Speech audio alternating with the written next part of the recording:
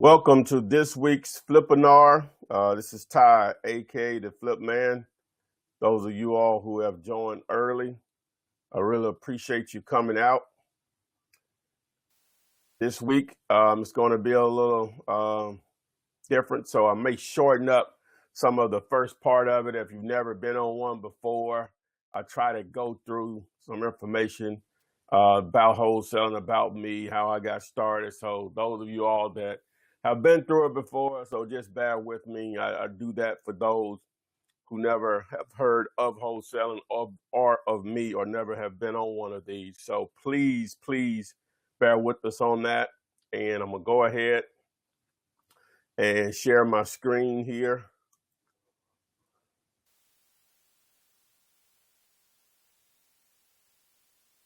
All right. If you can see my screen, please someone acknowledge that you can before I get started here and start to blab. Okay, great.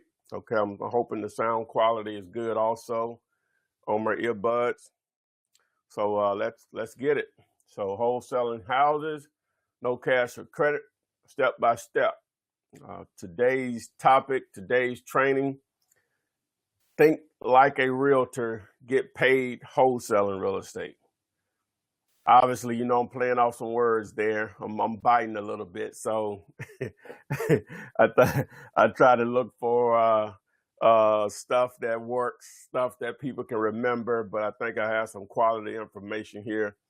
Also, again, if this is your first time on one of the Flippinars, where basically it's where seminars and webinars had a baby and produced a Flippinar, which is related to real estate investing, creative real estate investing. Someone asked, is he talking? I think. Please verify again. I'm assuming everybody can hear me. Okay, yeah, okay, we're good. All right. So think like a realtor, get paid wholesaling real estate.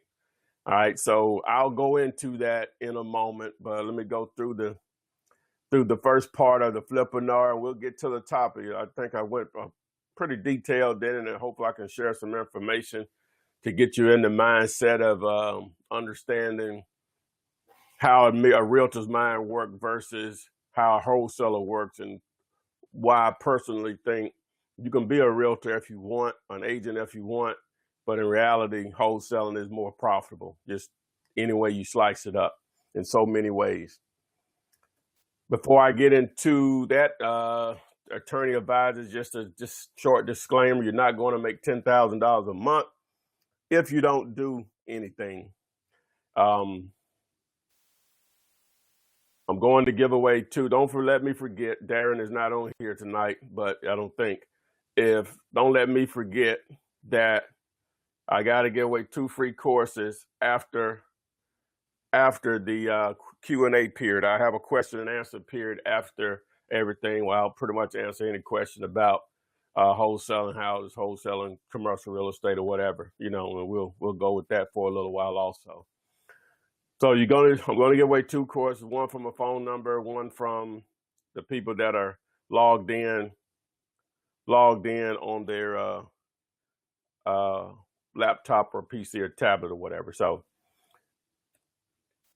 if you don't know, I do offer over 200 free videos on my YouTube channel, which is flipman.net. You can also access my website, but that's the actual name of the YouTube channel. Please, if you go to any of my videos, I've really hurt myself or not benefited you all and myself by not stressing subscribing to my YouTube channel and also turning on the notifications. I'm going to put up a little video that I found on YouTube that's about 20 seconds, and it really shows people that may not be familiar with how to do that, turn on notifications. So what happens when you have your notifications turned on, whenever I upload a video, you automatically get a notification by email, phone, or whatever. You know what I'm saying? So you have, first access to it. So again, but I have the library of videos. That's for anyone to take advantage of. If someone has a better channel as far as on wholesaling houses, please let me know. I'm not tooting my own horn. Just, it is what it is. Wanted to remind you, we still have this Rite Aid available. You can make $16,500 if you can find a buyer to download the information and plus a script to use. Plus, I have a couple of training videos at tripplenetcash.com. We have this Rite Aid available that you could take. You can get a $16,000, $500 referral fee. This is a commercial transaction. We have a Family Dollar. You can make $8,500 on, same site, tripplenetcash.com. The Wendy's, we actually probably have a contract on this one. Guy out of Florida produced this particular buyer. So we're just waiting on, we've signed it. We're waiting on them to send it back, signed or whatever. So we'll see, if they're gonna pull the trigger on. So this one may not be available anymore. Once it's deleted from the site, or I may say under contract on the site, tripplenetcash.com, you'll know, so you don't have to try to promote it anymore. If you're interested in getting into the commercial side of the game, you can come back to this Flippinar. It'll be up on YouTube probably tonight, no later than tomorrow. But this just shows the differences in wholesaling houses versus wholesaling commercial. As you see, we're willing to pay on that win is $11,500 as a referral fee, as a bird dog referral fee. So you see the numbers are there. Again, give away the 2 free courses at the end. Don't let me forget. If you need a private money list or a cash buyers list, you can get that at privatemoneylist.net. Go there, put in your phone number, submit. My man Keith to go through the entire process and the benefits of it, privatemoneylist.net. My goal here tonight, whether you've are currently already involved in real estate or you're just getting started, my goal here tonight is to get you to understand the power of understanding how to put deals together without using your own cash or credit, and how it can change your financial situation and change it quickly. So what is wholesaling? And I'm not going to go into that tonight because I'm going to go into that tonight, but it'll be later on. I'll explain that because that's part of, well, you know what? I need to go ahead and do it now, and then I can come back to it. What is wholesaling? All right, wholesaling is when, and this is my, I guess,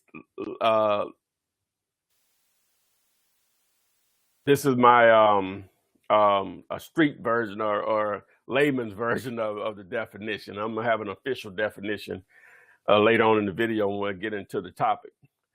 But basically, you're locating a piece of real estate. We'll just use houses as an example.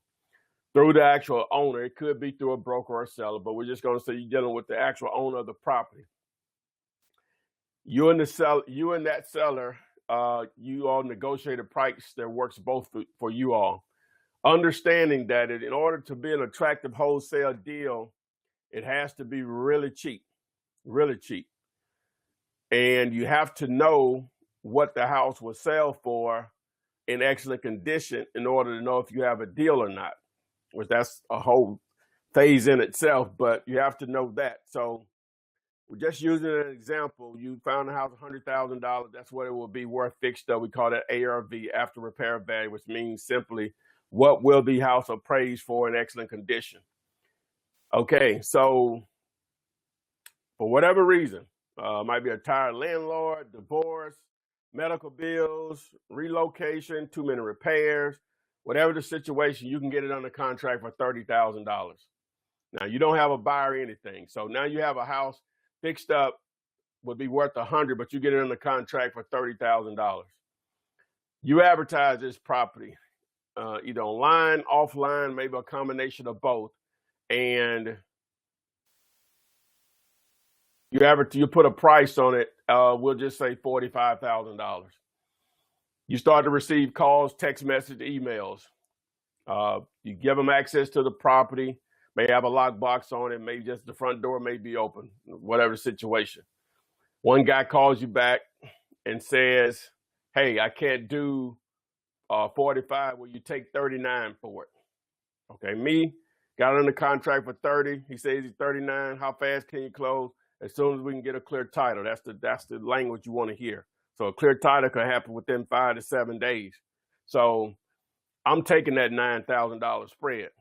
So from the difference of the $30,000 you have it under contract with the seller, then you do a contract with your buyer for $39,000. When you get ready to close on, the seller gets their $30,000. You get the difference between the 39 and the 30, which is $9,000. Buyer gets the house. Everybody's happy. Move on to the next deal. That's a wholesale transaction. Is this something that you should be doing? Well, give you a couple of examples here. Just return on investment. Student in Memphis, which that video is up on my YouTube channel. His investment was a $10 earnest money. His take was $6,440.40. His actual return on investment is 64,344%. Basically, it's infinite. Another student put $1 down in Baltimore, and he split $32,000 with a partner. If you calculate that as for the total amount earned for both parties combined, it's $3,199,900%. Basically, an infinite of a rate of return.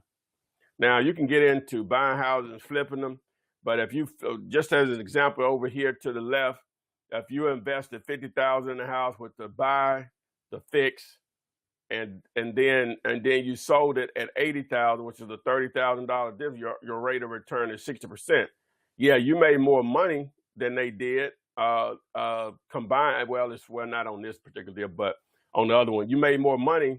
You made more money, but the rate of return is on 60% versus something ridiculous like this. So, but both make money. I'm just giving you the difference as far as you're basically just making money off of, you're making money not through using money, but through just techniques. So just understanding how to put deals together and seizing on opportunities. So I ask you again, with that type of rate of return, is this something you think you should be doing? Well, let me tell you why I started doing it. And it basically came out of just a blessing out of the skies. They all do, or just luck, or however you want to term it. But I'm an entrepreneur first. And I don't know when it started, as far as I'm not one of those people that, as I mentioned before, was selling donuts or lemonade or delivering papers when I was 9, 10 years old. It happened for me later, I guess, later in comparison to that, when in my early 20s, when I was in college. So when I got the entrepreneur bug. So even though I wholesale houses and have done it on a certain level of success, I'm an entrepreneur first. It's just real estate is the most profitable thing that I've ever done. So, but just going back a little bit, when I was in college, I had the brilliant idea that I was going to take my student loan money, buy used cars, and sell them and become a millionaire. Okay, sounded good. Got a dealer's license. Started going to dealers auctions right in Moody, Alabama. Odessa is called. That's what it used to be. I don't know, it's been years, but I think it's still called that. They'll have several hundred cars out there, just a huge property, and have auction. Those cars will look brand new. They could be 10 years old and it'll look brand new right off the showroom. Had a little actual test strip of about a mile that you can drive the car. You drive it, seems check out, but if you're not mechanically inclined, you would get your hat handed to you at those auctions. And I got my hat handed to me. I got several hats handed to me. So I lost money over time. So I stopped doing that. Fast forward a couple of years later, got the idea of doing a mobile car wash after going to Daytona Beach, Black Beach Weekend, or whatever they used to call it back in 1995.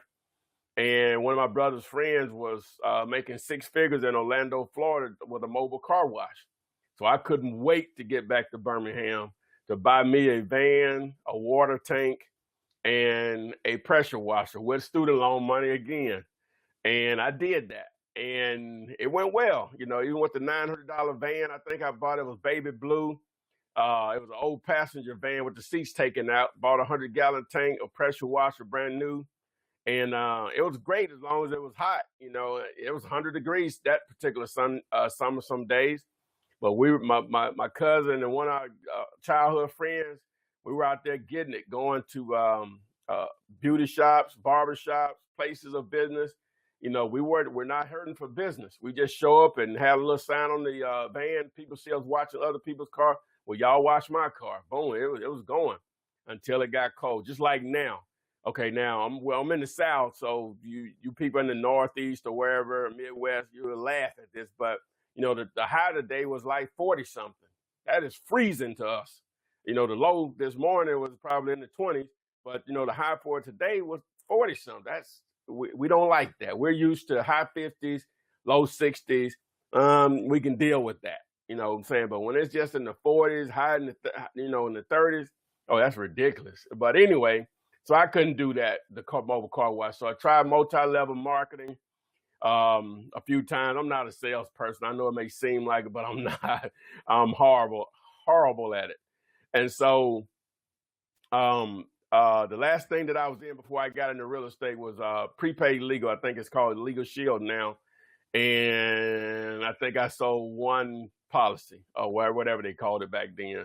So I didn't make any money. So one of my friends and his now wife were going to school to become real estate agents. And the guy that normally taught the class wasn't there. And the substitute, he didn't talk about being a real estate agent, which is part of the topic we're going to have tonight.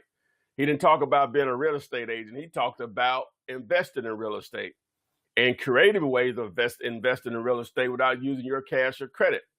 So my friend mentioned some of the things because he know that kind of stuff interests me. That was in October of 2002.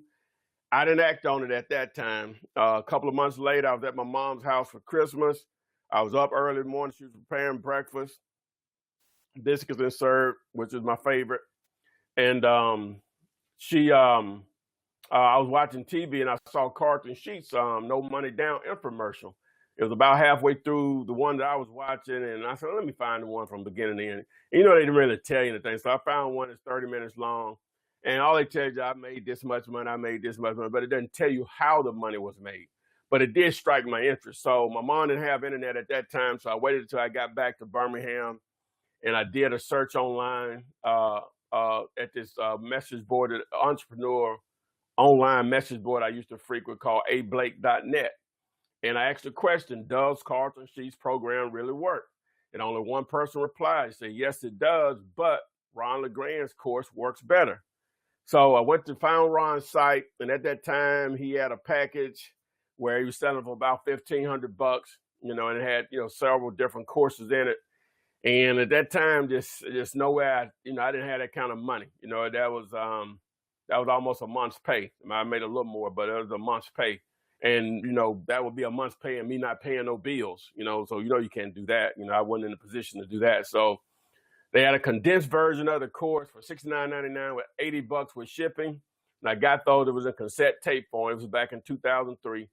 And so I listened to those, and all it did was reassure that I needed to get that course, and it probably would change my finances. I was confident in that. Didn't know that, but I was confident. And so I said, hey, if I had to get a second job, I'm going to save that $1,500. You know, that's how motivated I was. So a couple of days later, I thought about eBay, and I did a search, and there were a couple of auctions there for Ron's course. And so, if you haven't noticed it, you know, you can follow me on Instagram, flipman.net, just as you see it right here. Spell out the .net, DOTNT. So flipman.net, follow me on Instagram. Anyway, so I bid it on the auction, lost the auction. The guy that was running the auction emailed me and asked me, did I want a bootleg copy? Back then, you could do that with eBay. And so we agreed upon $400. Sent him the $400, sent me the courses. Took me about 3 weeks to go through it because it was wholesaling houses, retailing houses, which is basically flipping, for sale by owner, subject to lease options. I think it may have been one more in there. It may have been owner financing. I guess that can go on the lease option subject to. But anyway, it was a lot of information. I went from knowing zero about real estate to all of that information that was just so off the grain of what most people know, because most people think which I'll get into this. But most people think that you need a lot of money or great credit to invest. So that keeps a lot of people out of it. Similar to the thing, even though I've done okay with houses over the years, I was still afraid to get into the commercial side of it because of that same mentality. You know, I should have been in commercial, you know, but anyway, that's another topic for another day. So, so anyway, so if I didn't get anything out of that, even though I was on information overload, if I didn't get anything out of the information, wholesaling houses attracted me, and lease options a little bit, but I need to get my phone ringing, and bandit signs were highly recommended. Okay, that was up my alley, because if I have to reach out for business, it's difficult for me to be successful. But if I put the marketing out there and people come to me, I can control and handle that, you know, with a degree of comfort that I think I can get enough done. But that's why you're on this webinar, this Flippinar right now, is because I put the information out there and you thought it was of some value and you're sitting here listening to it.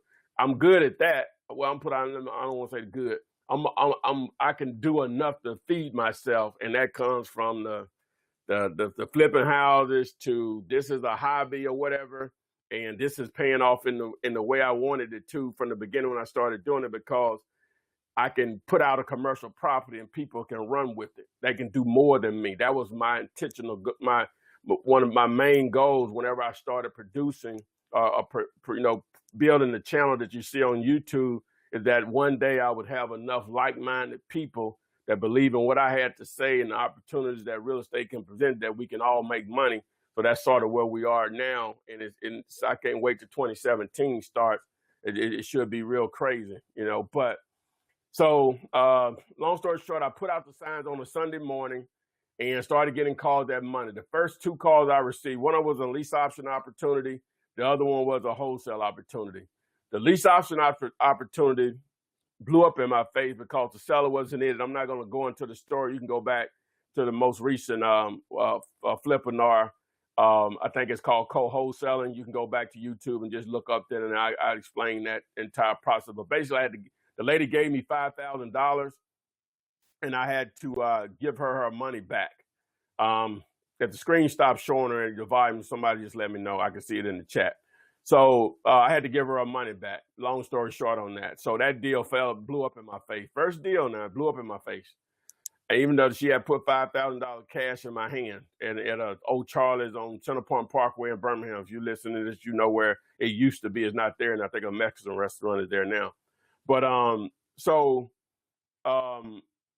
the second deal were two sisters that owned the property that they inherited from their mother. And like a lot of people, mom died. We're not going to sell mom's house. Too many memories there, blah, blah, blah. So after going through renting the property out to relatives, and your relatives are not going to pay you if you rent to them, they were ready to sell after about 4 or 5 years of that. And so that's one of the reasons people are motivated. That's why people say, well, where the work in my city, is it saturated? Blah, blah, blah. I'm like, man, do you have tired landlords in your city? These were tired landlords. And so when I showed up at the lady's house, I was in a 1985 Toyota Celica white convertible. This was in 2003. That was an 18-year-old car. They actually thought I had the money with me. And I had to explain to them it doesn't work like that. What you have to realize, if you can talk the game, that goes a long way in this business. It goes a long way in this business, because in most cases, you're going to know more than the person that you're talking to. You just are. They may know a full scope of things, but as far as what you're trying to do, you know more than them if you're properly trained. So we agreed on $20,000. I advertised the property. A realtor called me, said he had a cash buyer. I explained to him how I was going to get paid. I didn't own the property, blah, blah, blah. He said, well, I need, in order for me to to refer this to my buyer, I'm going to need $2,500. So that was half of my fee that I was going to make $5,000. So we closed basically a week later, and I made $2,500 on my first deal. Not a lot of money, but a lot of money. It is a lot of money. At that time, you could add 2 zeros on there. It was like $250,000 to me because I had failed at so many things before that was like it was just, I just can't explain to you. Out of all the deals I've done, son, I've done deals with much larger checks. Nothing felt like that first deal. I guess they like somebody getting on crack or something. They say it's nothing like that first hit. I don't know anything about that, but that's what they say.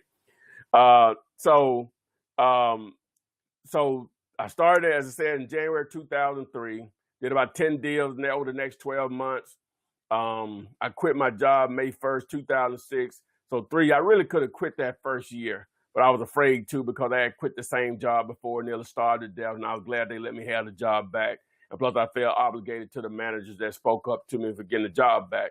So most of it was out of obligation, then some of it was out of fear. As many of you have failed at many businesses.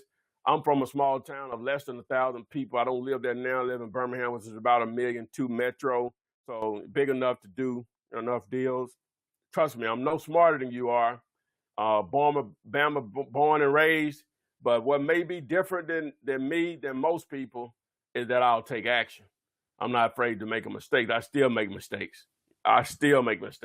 And full of knowledge and experience. And I still make mistakes, but I'm not afraid to take action. The great thing about wholesaling is that if you make a mistake, normally it's only going to cost you embarrassment, and it's not going to cost you money. So after 14 years, I just changed that today. So I'm at 14 instead of 13 now. After 14 years, I discovered how to get around the hard way. And that's through wholesaling, even with commercial. It's amazing, man. Just, wow. Well, you can't go beyond what you don't know, though, I guess. But like most of everyone, you think you need a ton of money to start. That keeps most people out of real estate, whether it's residential or commercial. Most people think you need a real estate license. That's the topic tonight. Waiting to figure things out. Not trying to belittle anyone or nothing. But when I get a call and someone says, I've been thinking about doing, not trying to be different. If you were trying to do it, I can get that. Sometimes it takes longer for others. But when people say, I've been thinking and studying this for 2 or 3 years, I learned it in 3 weeks, but I probably learned it in about a day as far as what I do, because I was learning different techniques and it just took a long time to go through all the information. So I basically learned how to do this in a day. And the way my course of information is set up, you can learn it in a day. So studying it for 2 or 3 years, I can't relate to that. I just can't. I would love if somebody explained to me, what did I miss that is taking you that long to study? This is not brain surgery. It is not brain surgery. Again, I'm not trying to put anyone down. I could sit down with someone for at lunch and explain to them exactly what to do over probably about a 2-hour period. I can guarantee you that. Now, after that, then it's on you. You got to take action. But like many, you're working somewhere you're probably not happy. Now, I wasn't dissatisfied with my job. I just wanted more. That was my thing. I went to college myself and have a degree in history with a minor in business administration. I spent thousands of dollars to obtain that. I'm not putting college down because I wouldn't take anything for the people I met who helped me grow up as a man, allowed me to make a lot of mistakes or whatever. But as far as what I learned in actual college, it hasn't ever produced any income for me. I spent $400 on a real estate course, and the money's been ridiculous. Just it's in comparison. So I used to go to seminars like many do. Probably 50% of the people that I talk to, whether through text message or through calls, seminars, they've been to them. And even after I was making money, I was still going to seminars, and I bought a couple of products, but I wasn't really looking how to do the deal because that's the same. There's nothing new under the sun on that. I was just looking for different ways to market to get more leads, and found out it's really not much different there either. Technology has changed a whole lot and has made this business easier since I started doing this, especially with YouTube. Obviously, the search you can do online with Zillow and Trulia, HomeSnap, Realtor.com, those are some powerful tools. They're not always accurate, but there's enough to make a decision on whether you actually have a deal or not. Given most people, like I said, when I started, I was on information overload. But even with that, I still wasn't afraid to take action. I'm just a huge believer in if you have an opportunity, the next thing you need to do is definitely just take action. That's the name of the game. It's the name of the game. Again, don't let me forget, give away the 2 free courses. Can anyone amen that at the end? Do not let me forget to give away the 2 free courses.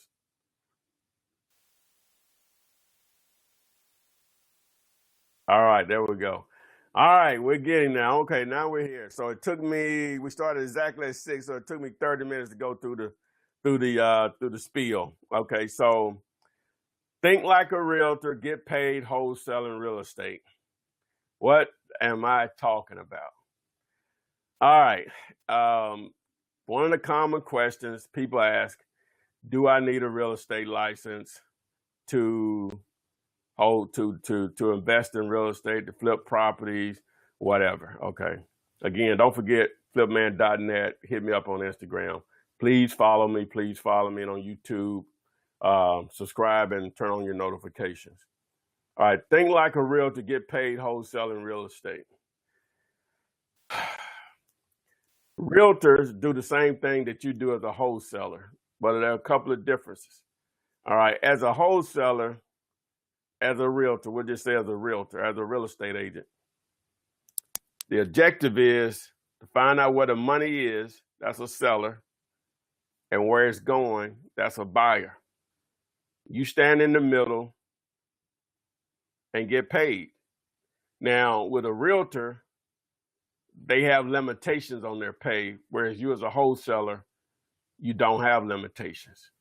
As a realtor, you have limitations on what you can do as far as disclaimers. As a wholesaler, you don't. Not that you're doing anything illegal, but they have to operate under certain guidelines because they have a certain box that they have to be on there doing real estate transactions. You don't. Now, you don't for the main reason because all your transactions are cash transactions when you're dealing with houses anyway. So that's why you're not in that box, and you just have a lot of flexibility with houses. Okay, so let's get to this, and I want to be a little technical here. We're going to just define what a real estate agent is. Okay, what is a real estate agent? Real estate agents are licensed professionals who represent buyers and sellers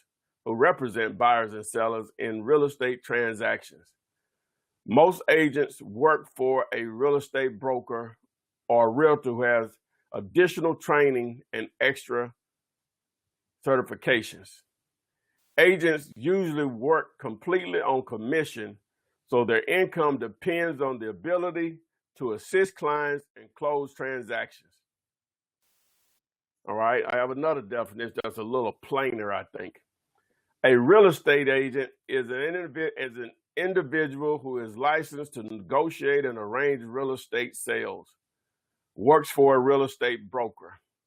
Some of their duties are negotiating, showing properties, listing properties, filling out contracts, listing agreements, and purchase contracts. Real estate agents generally are licensed to operate under the supervision of a real estate broker. So basically what they're saying is an agent will act as a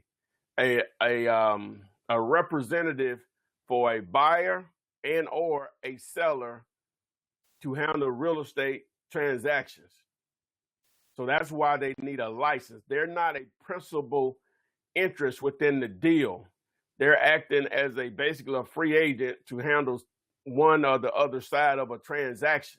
So that's why they need a license in all 50 states to be able to conduct business. And I'll explain why you as a wholesaler don't need a license a little later on. All right. So we'll go ahead and do it now. I thought it was a module a little later. But real estate wholesaling. Now, I already defined it in my term, but this is, I guess, a more technical term. Real estate wholesaling is similar to flipping, except that the time frame is much shorter and no repairs are made to the home before the wholesaler sells it. A real estate wholesaler contracts with a home seller, markets the home to a potential buyer, and then assigns the contract to the buyer. Now, that's a technical definition, but if you were going to explain this, a lot of times someone say, well, should I explain to the seller what I'm going to do? No, you shouldn't. Not that you're trying to hide anything, is that the same reason that you have tons of questions and you've been through training. Imagine trying to explain this to 5 minutes to someone they're not going to want to do business with because they don't understand. Most people are not going to tie up that type of asset if they don't understand the process.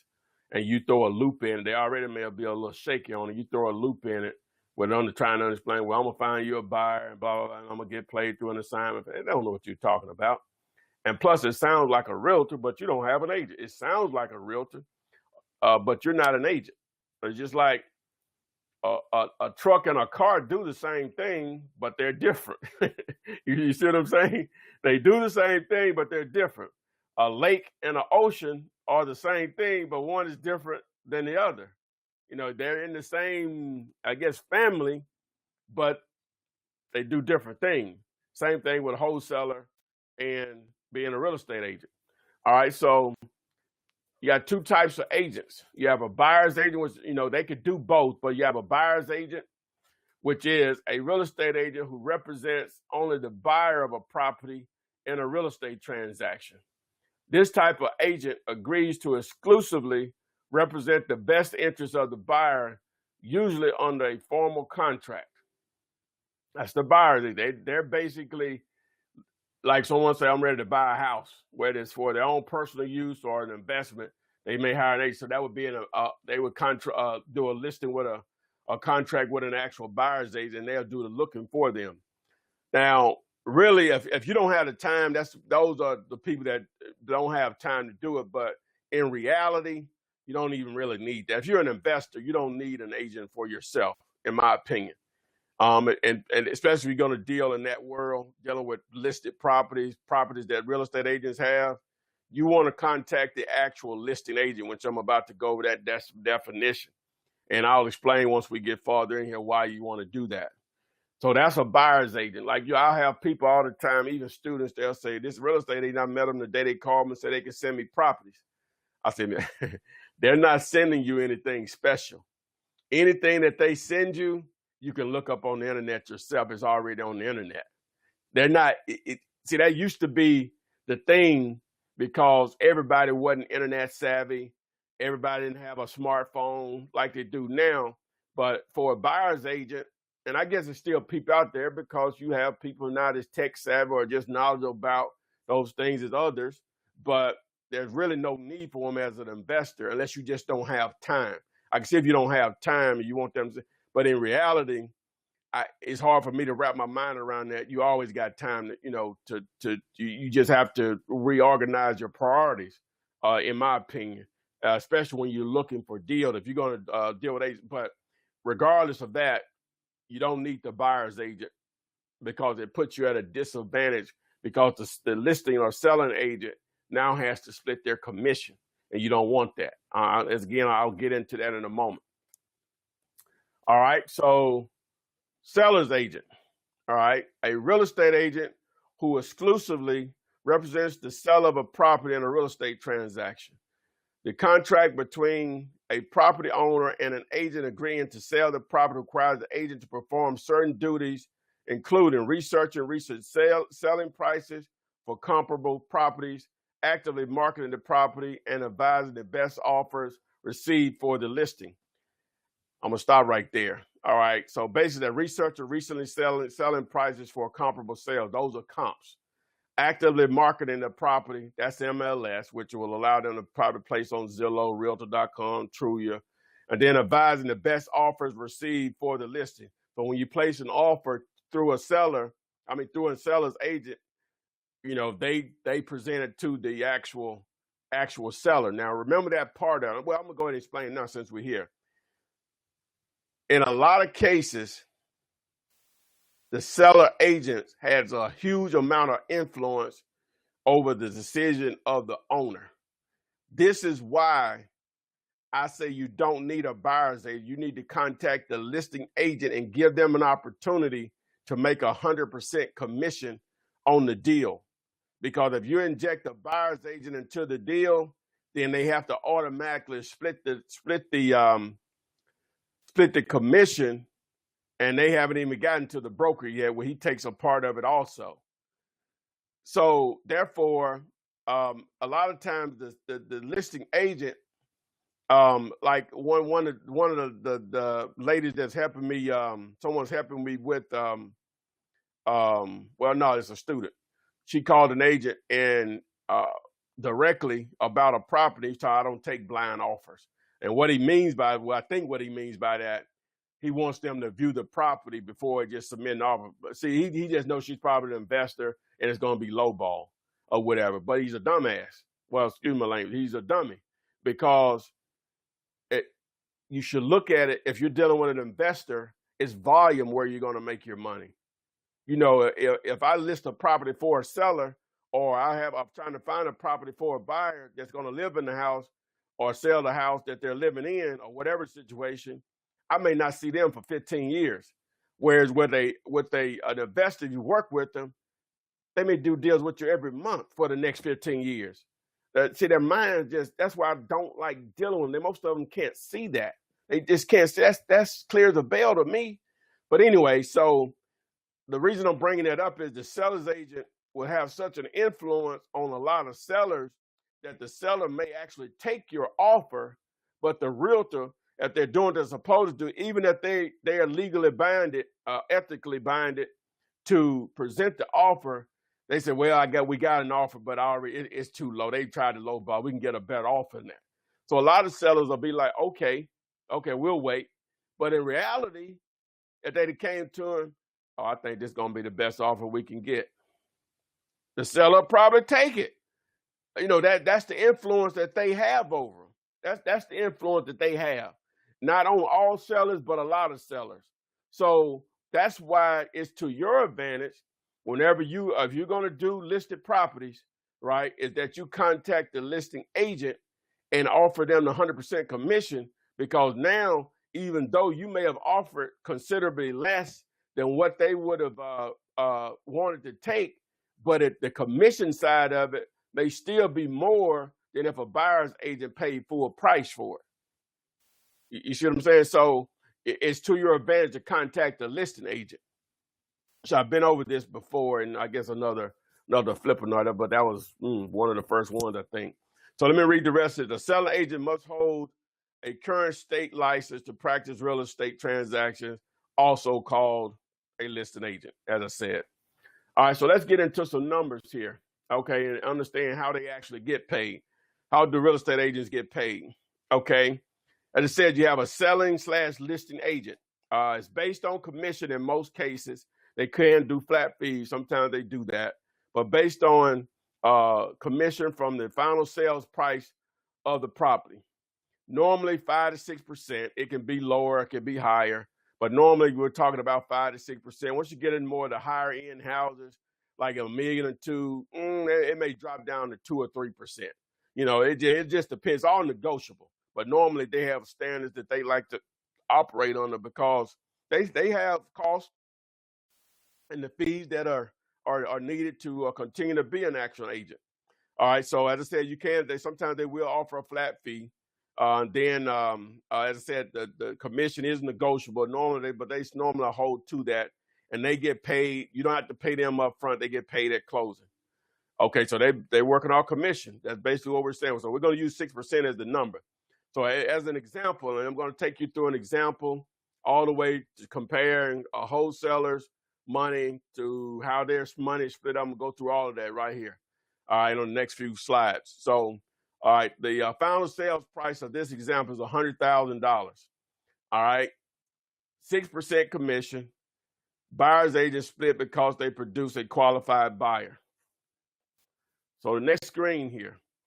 All right, so let's get to the payment breakdown. Okay, on 100% commission,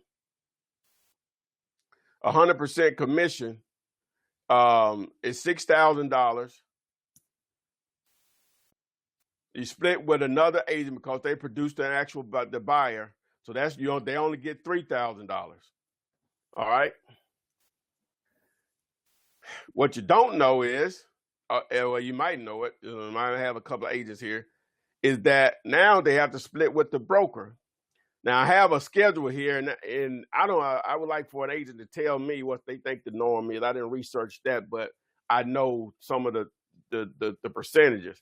Sometimes it's an 80-20, meaning the agent gets 80, the broker gets 20, and I'm sure there's some 95-5s out there, 90-10s out there also. But I'm just for the sake of understanding their process and how they get paid, and we're going to get to comparing wholesaling. All right, so 70-30, 60-40, 50-50. And I'm sure if you're a brand new agent, and depending on the brokership that you're dealing with, it may vary. So obviously you're seasoned, bringing a lot of sales in. You may be doing 99-1. I don't know, but I'm sure that'll vary. So you had to remember back here. You had to split with the. Wait a minute, I got lost here.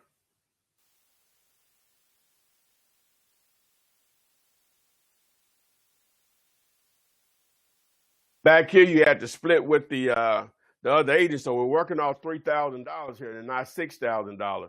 And then you have to pay your broker. All right. So now let's compare an agent's commission versus a wholesaler's fee. Are y'all still with me?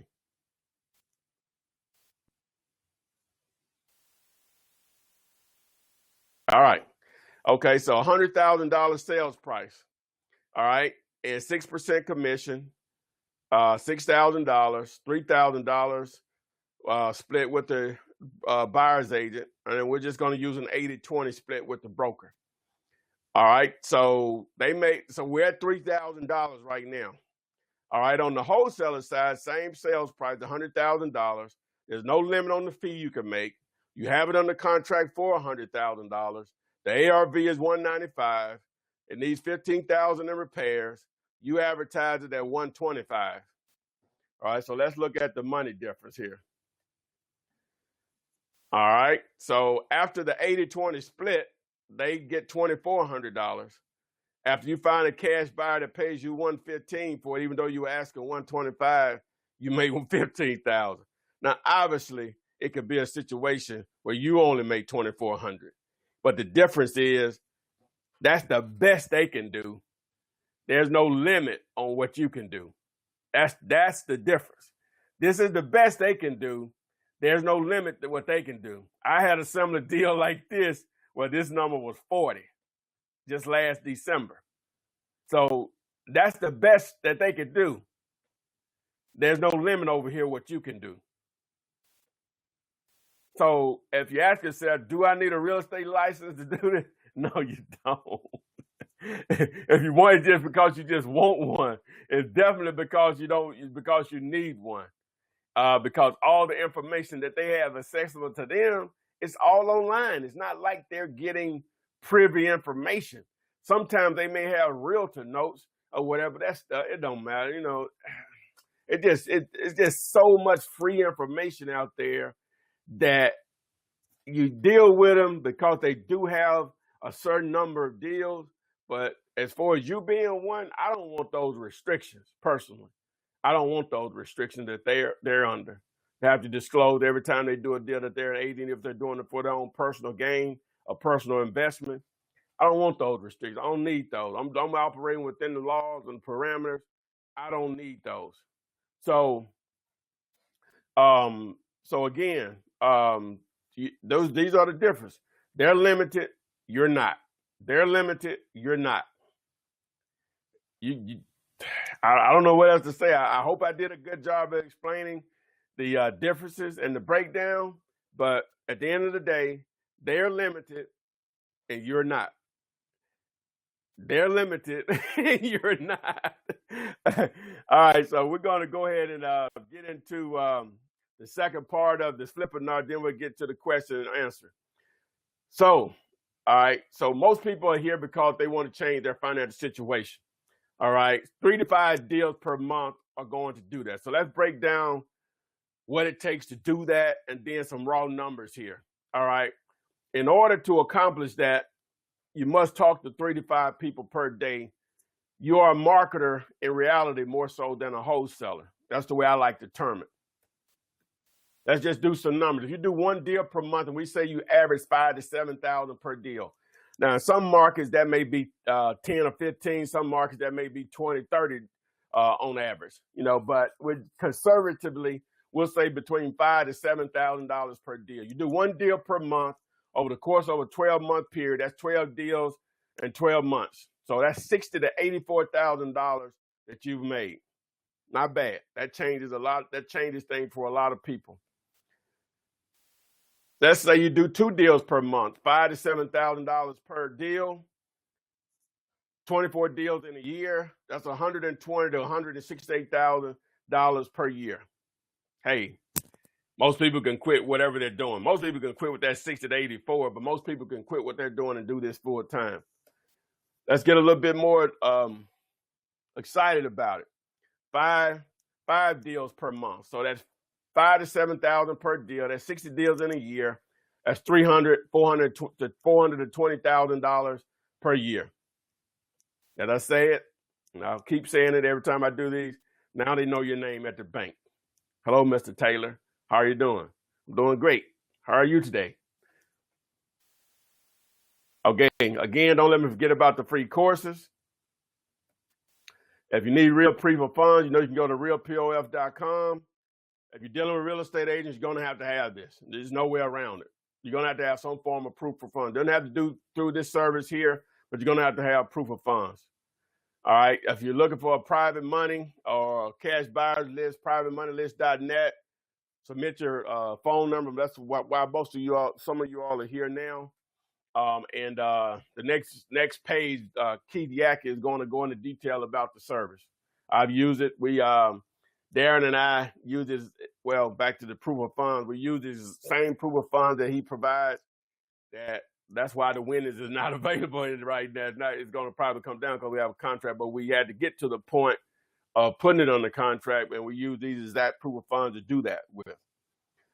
All right. So for those that don't win the course, you're going to have an opportunity to get it at a huge discount. You do both of them, or you can do the one that you want. Wholesaling houses, only $197, or wholesaling apartments, only $197. You get both courses for $297. No coaching. You can get that at theflipman.com, theflipman.com. I'll keep mentioning it during the question and answering period. So let's get back over here. And again, guys, don't let me forget to give away the free course. You know I will. So let me get back over here, and we'll just start taking some questions here. You do not need, someone says you need proof of funds to get a house under contract. Not if you're dealing with a private seller, you don't, which I highly recommend starting out that you deal with before you start dealing with real estate agents. I definitely think you should deal with just private sellers. So to answer your question, you don't need proof of funds with them.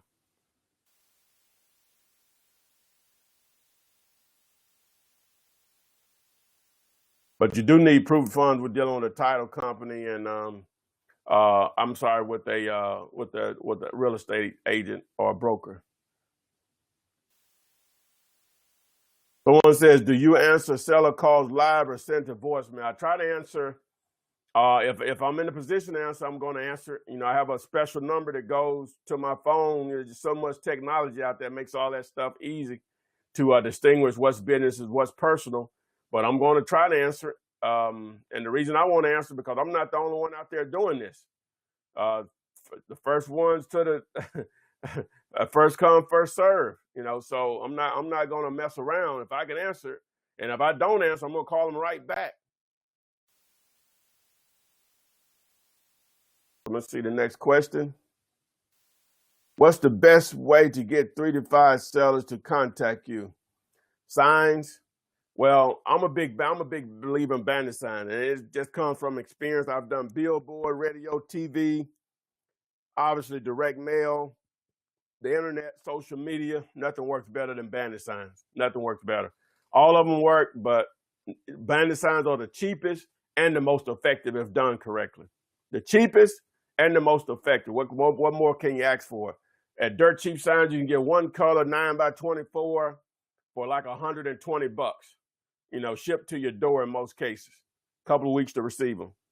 Just call and speak to Curtis or Sonny. Let them know I referred you. Do you ever use yellow letters and postcards for your marketing? I do direct mail, but the way I teach my students to do direct mail is different than what everybody else does. In a couple of ways. We buy a smaller list, and the way you mail it is going to stick out out of everything else that they received in the mail.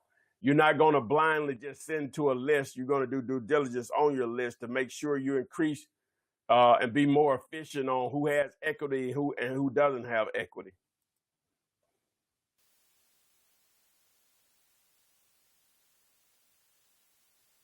Say, oh yes, I missed the real estate agents part. Okay, well, you can get the replay. It'll be up tomorrow on my YouTube channel. Again, guys, don't forget to I'm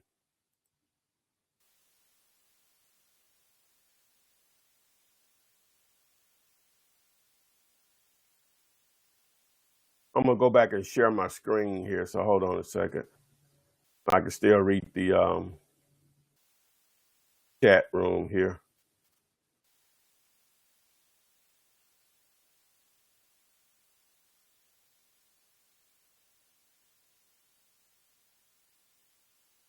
All right, let me see here. What's the next question?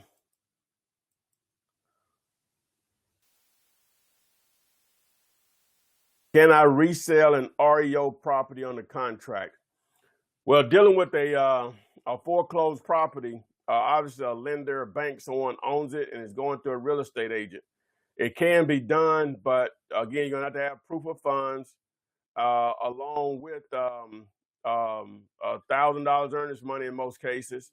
So, and then you're gonna have to have a special type of buyer, because a lot of buyers are not interested in properties that are readily there for them to make they can get themselves. Again, REOs, there's no secret on those. Everybody can pull those up at any time online. But to answer your question, yeah, it can be done.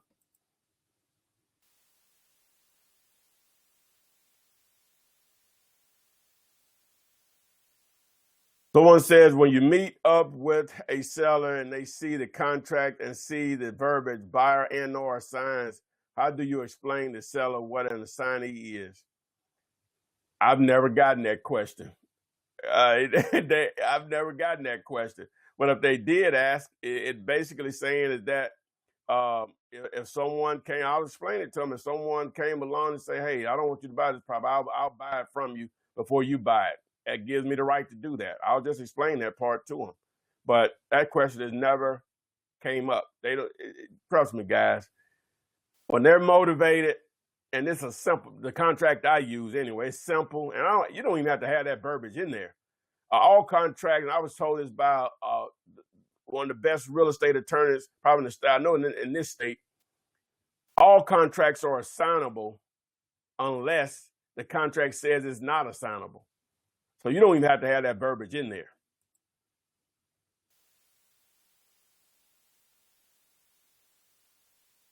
Is one commercial deal a month doable? I'll let you know next year. I hadn't accomplished that yet, but we'll check back next year, because that's the goal in 2017. How quickly should you try to close on a deal? You want to close as quick as possible.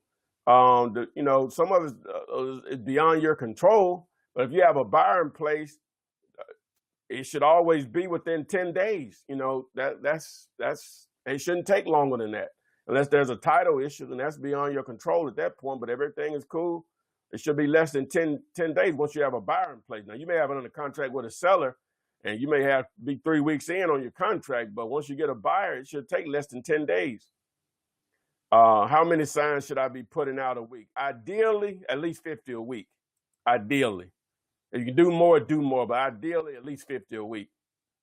But you don't want to go crazy with it because your signs, a good number of your signs need to stay up. So some of it's testing. And a lot of people want to put them in areas where signs don't already exist because they think it's no competition. I'm telling you, in most cases, you can test a few of them, but in most cases, you're wasting your time and money. Bandit signs are not new. You put them in the areas where they already exist. If you want to target those areas where they don't exist, you need to do direct mail in those areas.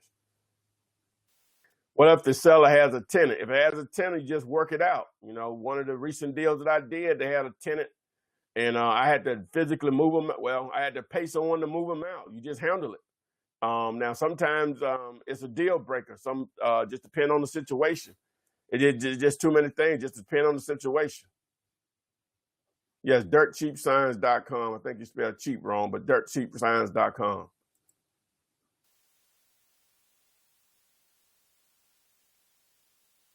Have you ever done deals from probate? I've never targeted probate deals, but I've done them before. I just target absentee, and that encompasses probate, tired landlords, people that have relocated, need too many repairs, divorce.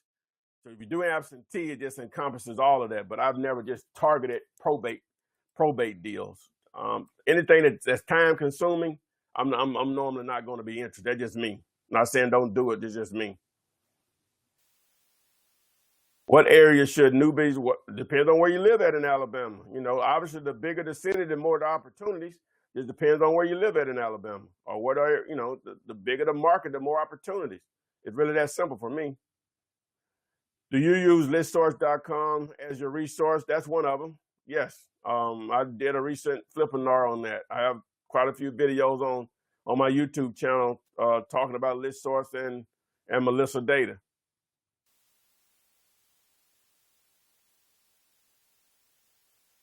What happens if you have I guess they mean you have a deal is not closed in time? Well, if your contract runs out, which I just recently had a contract to run out, but we still closed it. Let me see. It ran out on the 2nd, and what was Monday? Monday was the 12th, so it was 10 days after the closing. So you go back to them and ask for more time, they give it to you. You go back and ask for more time, and they don't give it to you. Yeah, I remember free course. I'm not going to forget. Free course. I'm not going to forget. I'm not going to forget. I'm not going to forget. I'm not going to forget. Do you get earnest money from potential buyers? Yeah, it needs to be put up somewhere. Just like like I say, the last deal I did, I had the buyer to take $1,000 earnest money to the attorney that wanted. He didn't care what we used, so I sent him to the attorney that I used. He took $1,000 check up there. They didn't even cash it. They gave it back to him at closing. Where to find motivated sellers and buyers? You market yourself. Don't find them. Let them find you. Market your business just like any other business, and they find you. They'll call you. Advertise, bandit signs, direct mail, social media, internet. You know, you market yourself just like with any other business on both sides of it, buyers and sellers. Is $10 for earnest money enough when wholesaling, or more be expected? As you've seen, I gave you an example. Student in Memphis, $10. Student in made $6,444. Student in Baltimore put $1 down. As a matter of fact, the seller, when the student mentioned $1, need $1 to lock up the contract, the seller actually started trying to pull out $1. You know, so yes, so that's all I need. But that won't work all the time. You have to feel out the seller. But for most of the case, y'all don't even put anything up in most cases. I may write it on the contract, but it never exchanges. I guess I just answered that question about earnest money. But normally the $10, $1, you know, sometimes maybe 50, 100, you know, but you have to feel out the seller. But most time it's not a deal breaker. Someone says, can you wholesale from another country? It'd be difficult to wholesale from another country with houses because of keeping the seller and the buyer away from each other. But you could wholesale commercial because in most cases, the seller and buyer are not in the same city and won't be. And everything is done. No one shows up at closing. It's just all done through email, overnight, and wire transfers. So commercial, yes. houses a little bit more difficult from another country. Even if you were in the States, you're trying to do it in a different market that was hours away. How much to add coaching to your course? Just go to flipman.net. You can see the prices at flipman.net.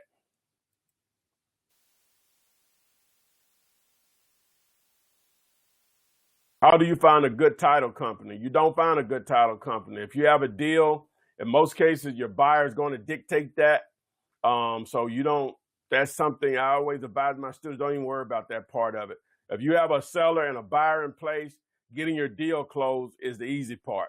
Don't worry about a title company. You piggyback off the buyer because most buyers are seasoned investors and they already have those relationships built and they dictate that. Now, as I said, the last deal I did, he didn't care. But if I had came to him and said, well, who do you normally close with? He buys houses all the time, so he would have recommended someone. So now you just submit both contracts, closing detail sheet, and bam, that normally takes care of it. Now, I did have a recent title I was going to pull. Now, it was about 45 minutes from here. I hadn't done a lot of deals in that town. Matter of fact, in Tuscaloosa. And not the title company, but the closing attorney, they didn't want to do the deal, but that was fine. And that made the buyer back out because his attorney didn't want to do it. But I found another buyer, immediately. And so he wanted to do it, but it didn't matter anyway. We're not going to be able to get a clear title.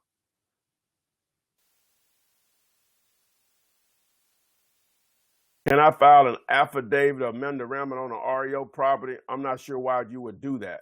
You have to explain more. I don't understand why you would do that.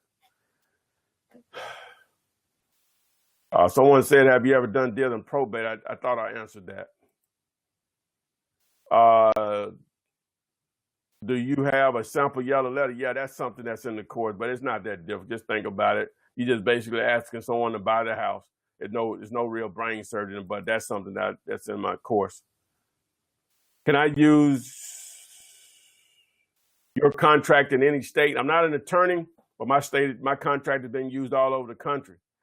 So it's just a one-page contract. You're buying the property as is. It's no big deal, guys. If you get to the paperwork, it's easy. It's no big deal. At the end of the day, you can just use a standard contract. You go buy Staples or Office Depot, but it's not that big of a deal. Trust me. It's really not that big of a deal. And as we deal in commercial real estate, these contracts are more complicated or whatever, longer. It's really just longer or whatever. But once you get to that part of it, guys, as long as a couple of terms, especially on houses, as is, earns money, when we're going to close, that takes care of pretty much everything. That's why my contract is one page. We're dealing with houses. Now, you can't do that with large commercial deals, but with houses.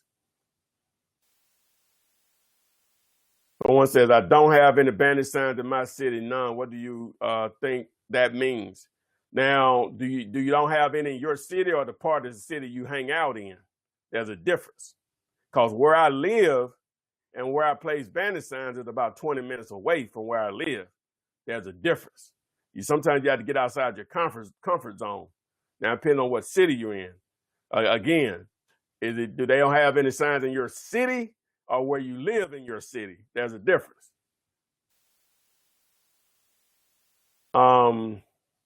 Someone says, should I use a mortgage loan for my first deal? That's not how this works, David. The only way this stuff works and works consistently is because your buyers are using cash. Loans are never used. They may have a hard money loan, but that's something totally different. Yeah, Birmingham, that's where I am. Yeah, you can do deals in Birmingham, plenty of them.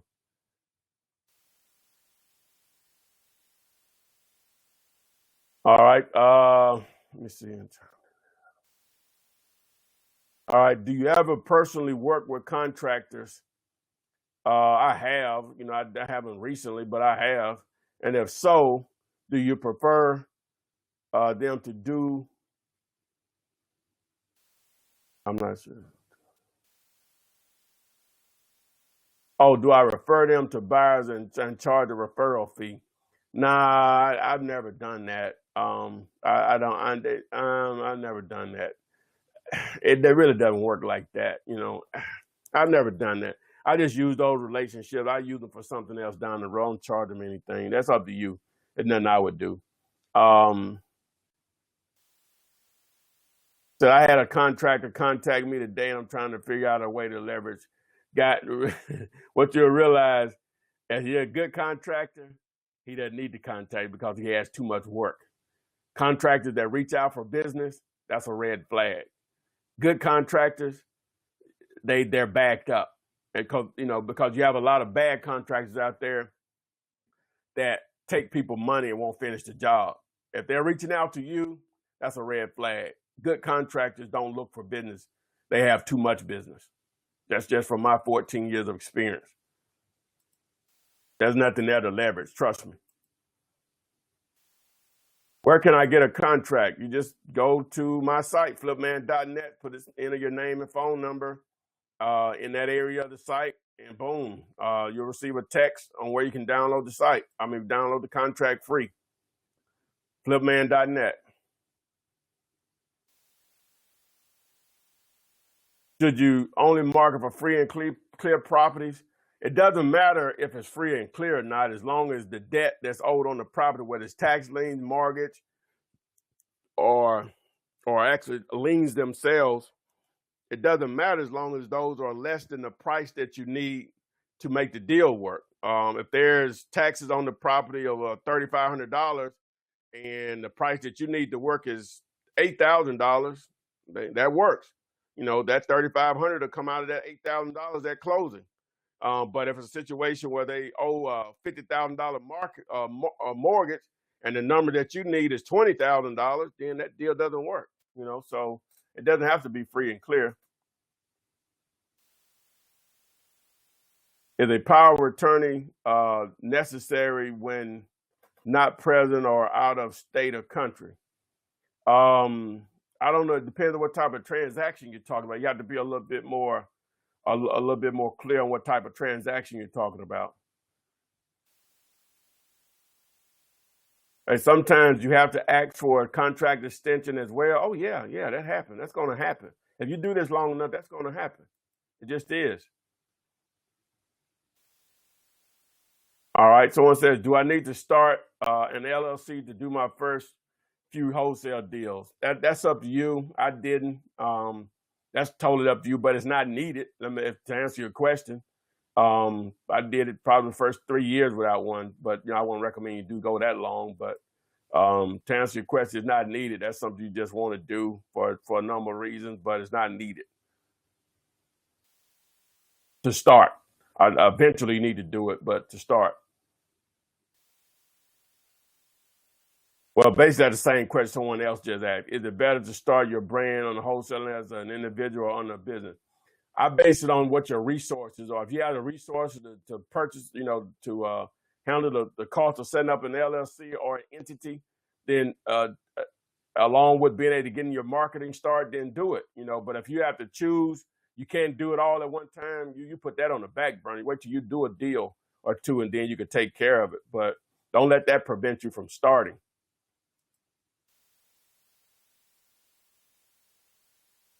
Someone says, is your coaching a monthly charge or a one-time fee with the course? Just a one-time fee.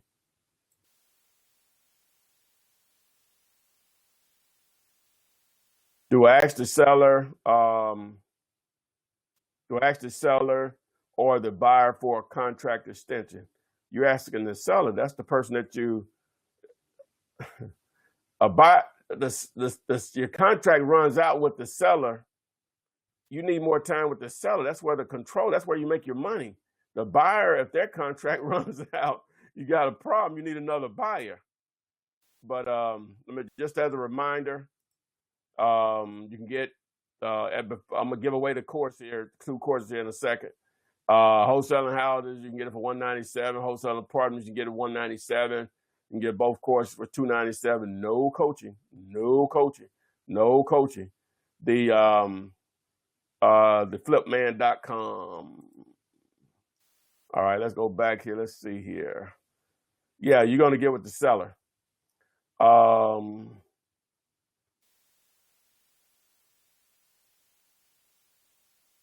You can use the money you charge in your non-refundable deposit, and does that pay closing cost?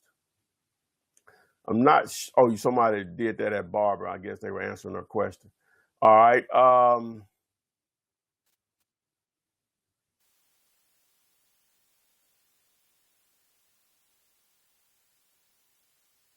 Last question, I promise. Does the buyer sign the assignment or contract at the title company, or do you assign the contract before closing? Well, technically, I just do 2 purchase and sales agreements at the title company, and or the closing attorney needs one just for documentation and record's sake. They'll just make you sign one at closing or whatever. Or if they need it before we even get that far, they'll just say get one filled out and send it in. So it just depends on who you're closing with. People I deal with, we don't use one. It's cash, so it really doesn't matter.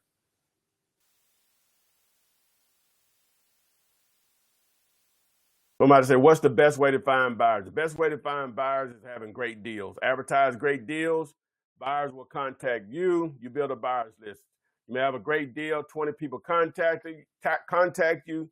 You can only sell to one person. The other 19, you'll collect their information for other deals. When I say their information, their name, contact information, what area they buy in, how many they buy per month, per year, what price range, what areas, as I said, minimum number of beds and baths, what level of repairs they like to deal with. Boom, your deals easily builds your buyers list. Great deals.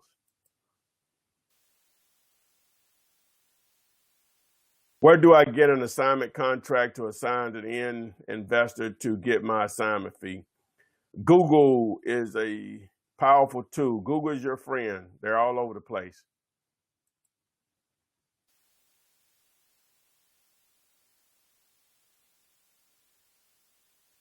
In a double close, what happens first? The close with the buyer or the seller or the simultaneous? It just depends on how the attorney wants to set it up. They may have everybody sitting there, or they may have the buyer to come in first. So the money will be there and they sign everything. Then the seller come in, an hour or two later. So it just depends. I don't do those. I just do an assignment or contract, but it just depends on who you're dealing with as far as who's closing the deal.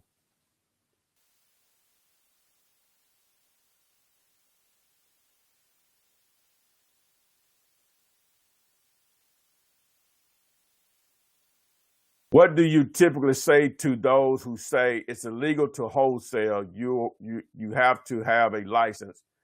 I got told that. All right. Your reply should be the same people that close. I'm assuming this from a real estate agent that told you that, but if it's not, the same people that close real estate deals are the same people that close your deal. So do you think they're putting their livelihood in jeopardy for me and people like me?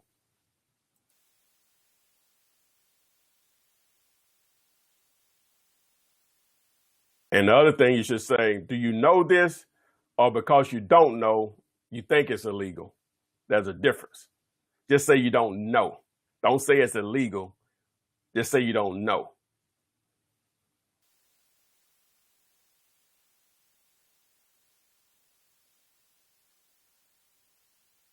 That I would file an affidavit to protect the property from being sold to another wholesaler or consumer buyer.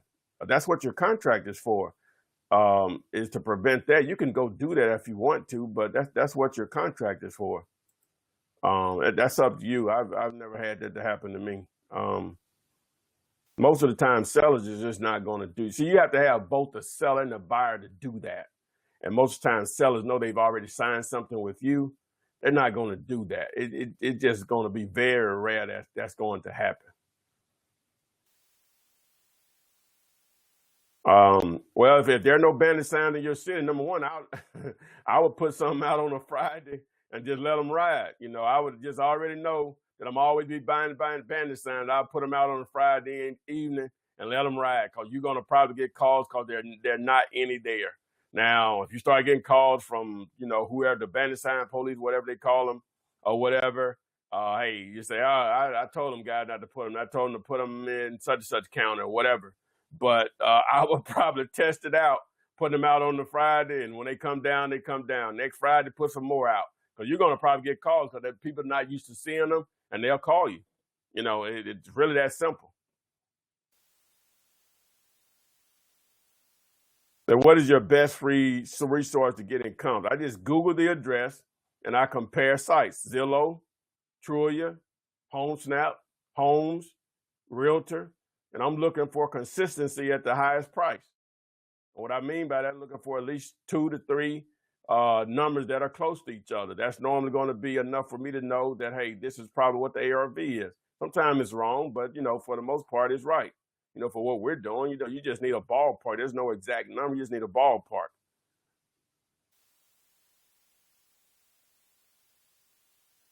Do you record your contract at the courthouse? No, that's not needed. Do I need good credit for hard money? Depending on who you deal with, what you need with hard money is probably 10 or 20% down. That's the problem with hard money. It's not really your credit. It's the 10 or 20% down. What's the most housing you've done in a year? It's flipping an apartment building over 4 units, the same paperwork. Wow, it's probably been a few years, but I think I may have done about 70 or so 1 year.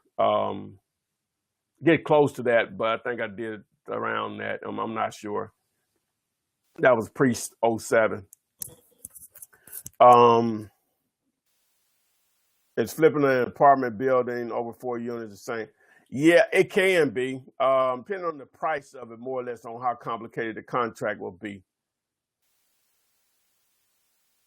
Yeah, that's me. I say, has anyone used Real PO Day? Yeah, me. All the properties that we do commercially, I don't have to use them for residential, but commercially we use that. We use those proof of funds when they ask for it. We use those proof of funds. Have you ever done a deal using owner financing? Yeah, I've done that before.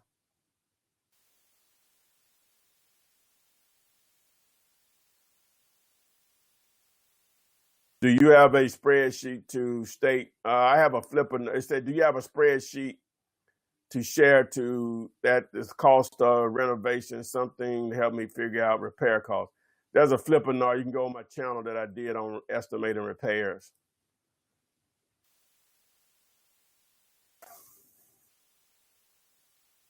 One says, how much do I need for marketing when I first start out? It can be as little as $120 to get you 100 signs. I recommend doing about 200, which will be a little less than $200. One color, 9x24. That's with dirt cheap signs. You can call, ask for Curtis or Sonny, let them know I referred you. But that's what I recommend. Can you use Real POF to open a note? Let me read the total question. Can you use realpf.com to open a business investor bank account? No. It's only to get past the gatekeepers, brokers, real estate agents. That's the only thing it's used for. It's not funding.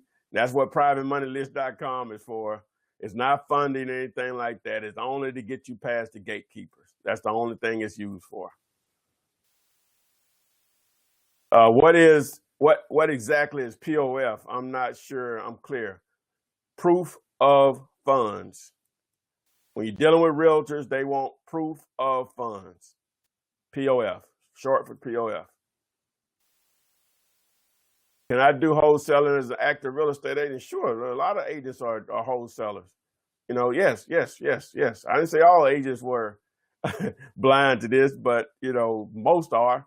But to answer your question, yes, you just have to disclose that you're an agent whenever you do stuff personally. No different if you were going to buy a house as an investment, whatever those terms are. That's what you do. You just have to disclose you're an agent and proceed on. That's it. So again, guys, I'm about to give away the free courses, so you can get these. If you don't win, at theflipman.com, theflipman.com. Remember also, if you don't, let me go back here. Let me go back, go home. Oh, yeah. Follow me on Instagram, flipman.net, on YouTube. Just, you know how to find me there. Just do a search for the Flipman, subscribe, turn on the notifications. And so let's get to it. Let me see here.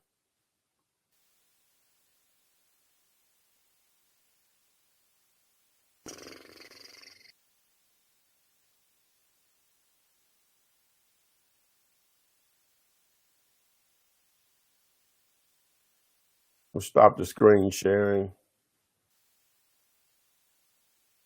And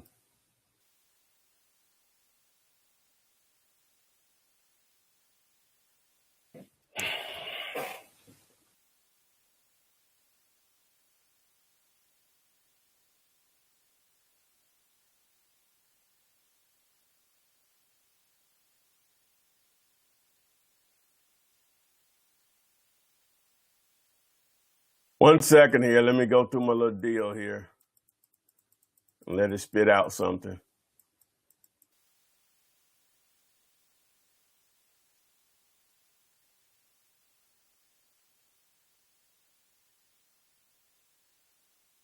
All right, we're going to go with the chat folks, people that actually on a laptop or something like that. All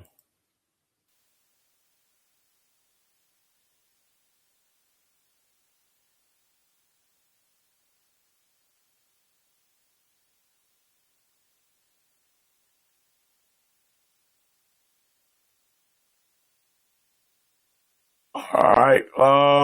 The first winner is I don't know how to pronounce the first name, but last name is Barnes. So we're just going to say THA Barnes. So send me an email, Ty, that's TY, at flipman.net with your cell number. So Tiaki Barnes, I think is the name.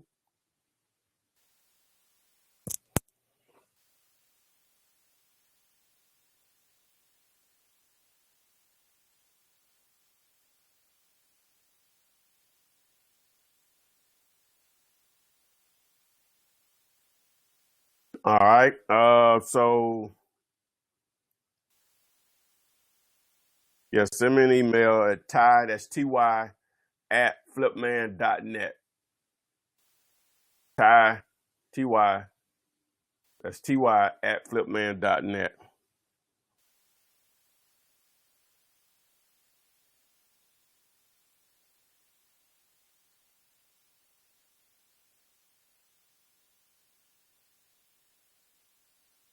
All right, give me a second on the second one here, please.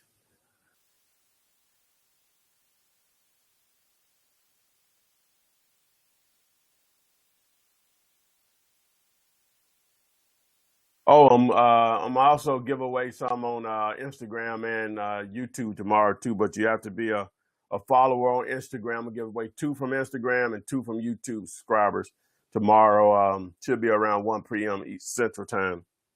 All right. As for the phone number, I'm just gonna call out the 7 of your phone number, and you can just text me.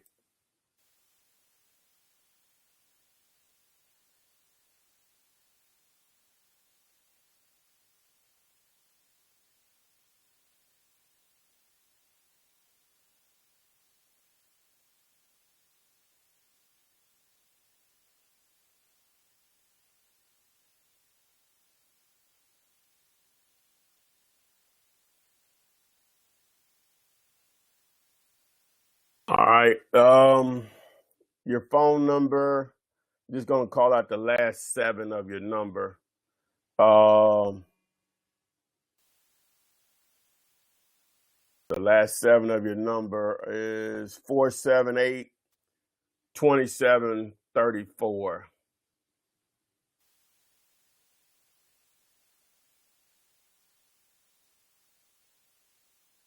So just text me. You saw my number on the screen. Well, it's 205-492-3425. 205-492-3425.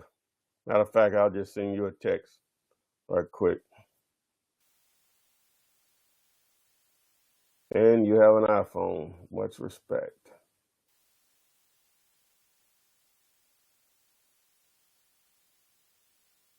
All right, so that does it for tonight again. Just to share my screen here. The older didn't win. You can still just need the courses. You can get those at theflipman.net.